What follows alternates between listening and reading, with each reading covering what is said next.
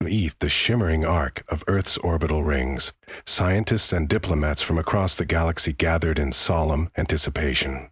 Long had rumors circulated that humanity had conquered not only its own ecological crises, but also developed technologies capable of reviving entire worlds.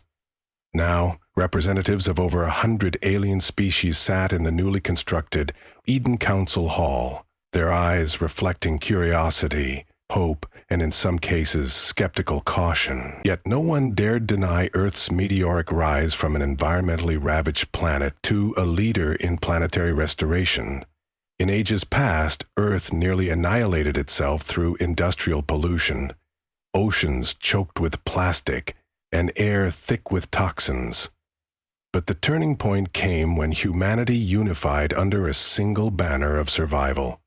Politicians, paupers, and the powerful alike joined forces to reverse centuries of harm. Through research labs in Antarctica and solar farms in the Sahara, Earth unlocked the secrets of carbon capture, advanced terraforming techniques, and even subtle atmospheric tuning. It took nearly 2 centuries of dedicated global commitment to undo the mistakes of the past, yet the effort bore fruit in thriving ecosystems, stable weather patterns, and the blossoming of technologies that could heal entire landscapes in mere years. News of Earth's success spread beyond the solar system on the waves of sub-ether transmissions. At first, only curious explorers from nearby star nations took interest. When they arrived, they found a society transformed by discipline and united in a new mission: to protect life wherever it might grow.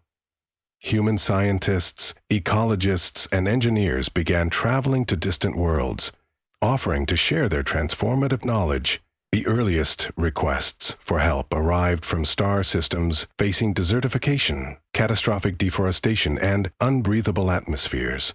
For centuries, galactic powers had tried large-scale terraforming, usually resulting in unsustainable cycles of artificial stability. Then, Earth stepped in with an approach that married biology, geology, and energy science, ensuring not temporary patches, but authentic, long-term resurgence. The first planet to be revived was Scifi, once a lush, forested globe in the domain of the Zaire Imperium. Generations of resource exploitation had reduced it to a barren wasteland with swirling dust storms that blocked the sun. Many believed the planet to be beyond rescue. Human xenobiologists, however, found a key in the genetic code of native seeds preserved in an ancient Zaire vault. Lab-grown fungi and microbial biofilters were deployed via orbital drops. They clung to the surface, strengthening the weakened soil by breaking down pollutants and introducing new, robust strains of local vegetation. Within a decade, rivulets of water snaked across the parched ground. The dust storms subsided, allowing sunlight to reach fragile green shoots that soon spread across entire valleys. When the Zaire people beheld the transformation, they never again doubted the capabilities of Earth's technology or the conviction behind it. Word of Scifi's revival spread like a bright cosmic flare, attracting more appeals for aid. Each planet had its own story of environmental collapse. The oceans of Lithos filled with corrosive acidic rains. The mountain ranges of Udran rendered lifeless by rampant mining. The once balmy tropics of Surenzi frozen after an artificial cooling experiment gone awry. The solutions Earth provided were never one-size-fits-all. Instead, humans worked hand-in-hand with native specialists and governors, carefully studying the planet's particular geology and biology. Then, with a mixture of genetic engineering, atmospheric converters, and carefully orchestrated climate adjustments, they guided the planet through slow healing. Hardly a miracle pill, it still required dedicated oversight, but the thrill of witnessing lost worlds reborn propelled others to seek out Earth's counsel. However, not all welcomed humanity's benevolent expansionism. Certain powers questioned Earth's motives, suspecting that by hooking entire civilizations on their proprietary technology, humans aimed to construct a covert empire. The Weisht Consortium, known for its extensive trade networks, feared that Earth's philanthropic approach might overshadow the consortium's own business interests. Factions within the venerable Ithral alliance also worried that Earth's ideology undermined tradition. For centuries, the Ithral had discouraged technological interference with nature, believing that letting a planet die was sometimes the will of the cosmos. Rumors circulated. Were humans altering the cosmic balance by meddling too freely where they had no right?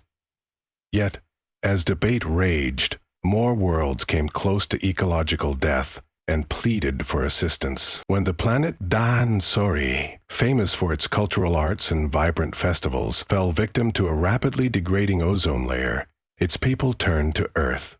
The Dan leadership believed the meltdown of their environment stemmed from centuries of misguided atmospheric manipulation that had, ironically, been intended to enhance the planet's colorful sunsets. Now, with skin-searing UV radiation scorching the surface, the Dan faced cultural extinction. Despite vocal protests from the Ithral Alliance, a delegation of Earth engineers and ecologists arrived in orbit, carrying solar reflectors, ozone-synthesizing drones, and the knowledge passed down through centuries of saving Earth's own skies from similar damage.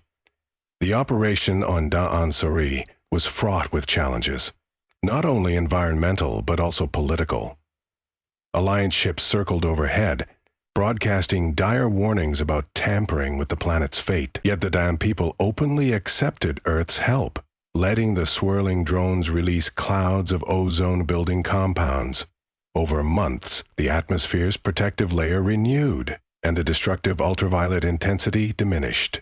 Gradually, the glorious festivals resumed, now shielded safely under a restored sky. Despite the Alliance's resistance, the success was undeniable. Across the galaxy, public opinion began to tilt.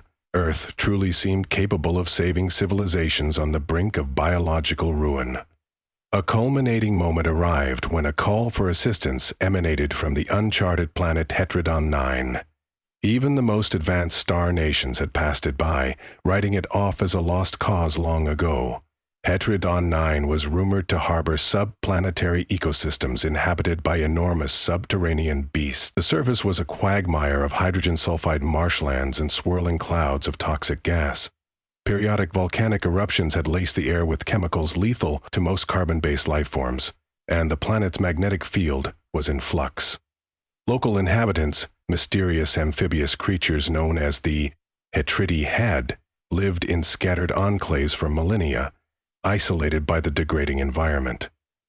A multi-species expedition, led by human scientists, journeyed to Hetridon 9. The initial scans confirmed everything that was whispered: dead oceans, scorching air, and geological instability. Some argued it was simpler to relocate the Hetridi to a more hospitable planet, but the Hetridi rejected such a notion. They were bound to their ancestral land. Questioning eyes turned to Earth's delegation. Was it truly possible to rehabilitate a world this far gone? Undeterred, the humans got to work.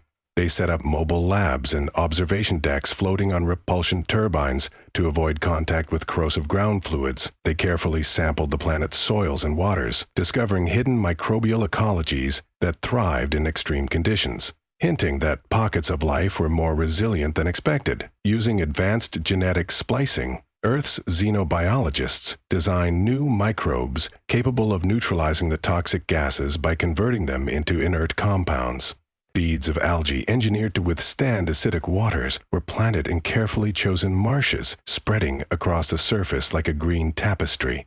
Ion stabilizers were affixed to the planet's poles, alleviating the electromagnetic fluctuations responsible for unpredictable storms. Slowly, the biosphere began to shift. At first, the progress was barely noticeable. Month by month, pockets of breathable air formed around algae clusters. Native pollinating insects re-emerged from hiding, feeding off newly cultivated blooms. The Hetridi ventured out from their enclaves, building small settlement outposts. Their amphibious bodies still required protective gear in many regions, but each day brought the slightest improvement to water quality. and the planet's churn of storms began to subside.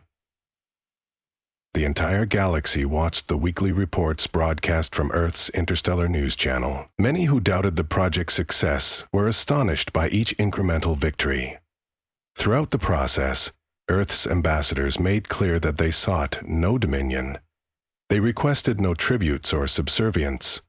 Their sole ask was for future cooperation and continued environmental stewardship, ensuring that no species repeated the same costly mistakes.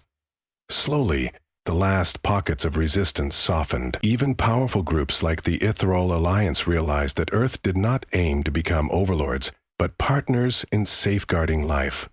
Worlds that once eyed humanity with suspicion began sending emissaries to request advice. Earth's credo, "We saved ourselves to save you," echoed across far-flung starfields. When Heterodon 9 reached a stage where its weather stabilized, the galaxy erupted in celebration. The Heterodi invited delegates from all civilizations to witness the planet's official rebirth day. Skeptics stood side by side with fervent supporters on open-air terraces, marveling at the cobalt sky scattered with new, fluffy clouds. Algae-choked swamps shone with emerald brilliance, their pungent aroma hinting not of decay, but of verdant, thriving life. Distant volcanoes, once a source of catastrophic eruptions, still smoldered, but the improved atmospheric balance rendered their plumes tolerable. As the Hetridi played their hypnotic, harmonic instruments, it was impossible to ignore the feeling that the galaxy had, for once, overcome some piece of cosmic tragedy. In the months that followed, requests for Earth's assistance poured in like never before. The newly formed Eden Council, a multi-species coalition guided by Earth's principles of ecological balance, replaced the old fractious trade-based blocs. The Vayash Consortium found itself forging trade deals based on sustainable resource extraction, ensuring that no planet would again be stripped bare for short-term gain. Even the Ithral Alliance embraced a revised spiritual philosophy that recognized a caretaker role for sapient species in preserving life where it existed. Embassies sprouted across Earth's orbital ring system, representing dozens of star nations who looked upon humanity with newfound respect. It was not always easy. Certain star systems, still mistrustful or bound by old grudges, hesitated to accept Earth's guidance. Even on Earth, pockets of bigotry and fear flared up, particularly among those who distrusted alien cultures. Vigilance and cooperation remained essential to prevent environmental catastrophes. Still, a sense of universal alignment had emerged. A quiet acknowledgement pulsed through connected worlds. If Earth could heal itself from near ruin, perhaps any planet could find salvation. In a final act of unity, a grand summit was convened to formalize interstellar protocols on eco-restoration. Gathered in the newly built Athena Terra station near Jupiter's orbit, the delegates hammered out agreements that ensured resource sharing, research exchange, and an integrated approach to planetary health. Before the summit's conclusion, the Hetridi revealed a stirring detail. The subterranean creatures once believed to be mindless monsters were actually part of an ancient, cyclical ecosystem that regulated the planet's geological stability. By reviving Heterodon 9's environment, humanity had safeguarded not only the living species on the surface, but also a hidden biosphere essential to the planet's natural rhythms. The delegates, human and alien alike, recognized the gravity and humility in learning how interconnected life truly was, on every world, no matter how harsh. As the talks concluded, the signatories pledged to extend the spirit of cooperation to all corners of the galaxy. Humanity's leadership role was sealed, not by force or conquest, but by example. Countless individuals from allied planets flocked to Earth's institutions to train in the new discipline of cosmic ecological restoration, hoping to replicate Earth's success in their own star systems. Meanwhile, Earth's envoys scattered across the galaxy in small teams, each carrying seeds, microbial cultures, and instruments of rebirth, ever mindful of the cost of hubris. In time, historians would name that epoch the Great Galactic Renewal. Credits rolled, not to an overlord, but to a humble civilization once perched at the edge of self-destruction. They had gleaned a profound lesson. To safeguard life was to preserve hope itself. And so, across luminous star fields, from the swirling purple skies of Orus Phi to the newly tempered storms of Hedridon 9, life took root again, and with it, a promise that bound the galaxy's peoples together in a timeless covenant. The path forward, though fraught with ongoing challenges, was marked by a shared commitment to keep beauty and diversity alive on every planet, in every breath of every living being. Thus, humanity stood at the center of a new cosmic tapestry, neither dominant nor subservient, but as shepherds of existence, quietly walking hand in hand with all those who dared believe in renewal. While starships ferried across the void, carrying knowledge and compassion, the Earth shone like a beacon of second chances, and in the hush of each world revived, one could almost hear the echo of a distant refrain, the same vow that had once saved an ailing planet. We will never surrender life to darkness, for our gift is the gift of renewal, and no horizon shall remain barren if we stand together.